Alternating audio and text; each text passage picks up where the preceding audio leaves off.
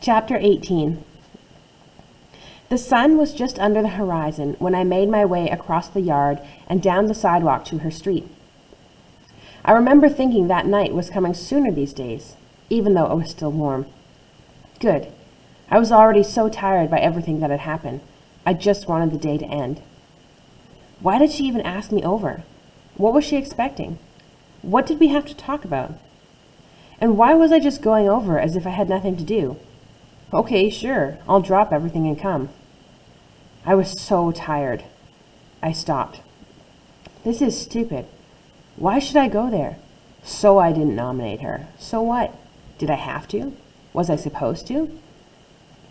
A rumbling sound came from somewhere behind me. I turned, and even before I realized it, the cobra was there, coming fast around the corner, tightly hugging the curb. I froze as it roared up the street toward me, its headlights blazing. So here it was, after all, the awesome cobra. As red as blood and fantastic. I couldn't believe it. I just stared. "Hey, woo!" came a shout from the passenger seat. Jeff was sitting next to a man with thinning, peppered hair who wore a blue sweatshirt with ragged cut-off sleeves. The uncle. So he did exist. The engine gave out a sudden gun roar as he rolled the fat car up really fast, then braked sharply, 3 or 4 feet away from me. Even stopped, the car looked as if it were moving. It was clear it was just pausing for a couple of minutes before roaring away. The engine sputtered and popped like gunshots. The street vibrated under me, and the thundering went up my legs. I still couldn't believe it. "Woohoo!" Jeff hooted again, arching up. "Get in!" He stood in the seat, swinging the little scoop neck door open for me. The car was so red. The finish was deep, liquid, and hot, just like at the car show that time. "Tom, this thing is so fast," he said. "You won't believe it. We've been everywhere. Come on, we'll go get ice cream or something. My uncle's paying." The guy at the wheel checked his watch. Then he gave a nod as the car inched nearer to where I was standing. Heat poured up from it.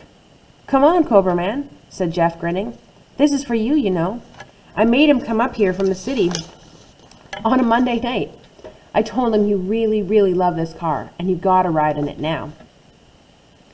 I looked at him, then at the uncle. The half-bored grin on the man's face was what I imagined Jeff's might look like someday. "Come on," said Jeff, his eyes still fixed on me. "We'll drive past Courtney's house. I already called her to tell her we'd stop by. There's enough room for all of us, if you guys squeeze in with me." I looked in at the seats. Could I fit in there? With her? Man. I looked across the street at Jessica's house. Lights were on downstairs. "So let's do it already." Uncle Chuck looked at his watch again, and the car rolled forward. "I gotta get back." I didn't move. "What?" said Jeff. "Are you coming?" He glanced across the street now, too. He must have known it was her house. "Come on, Cobra Man, let's fly. Are you going to see her? I can't believe it. Will you let it go? The Cobra. Are you the Cobra Man or not?" "Don't," I said, holding my eyes on Jeff. "Don't what?" he asked.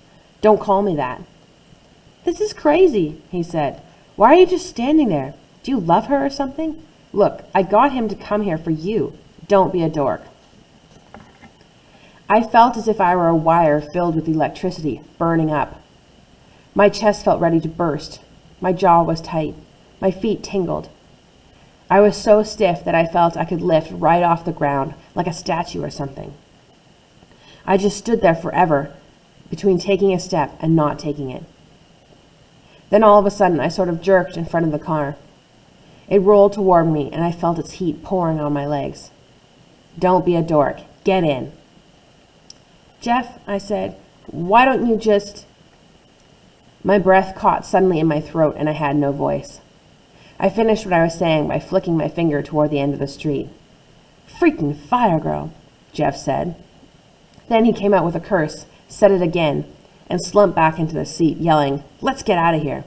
"Hey, I don't give up," the uncle said, slamming his foot down and ripping off down the street, swaying wide around the far corner and away. I looked there for a while, then turned toward the black square of screen on the side door of Jessica's house. Every part of me was shaking as I went up to it.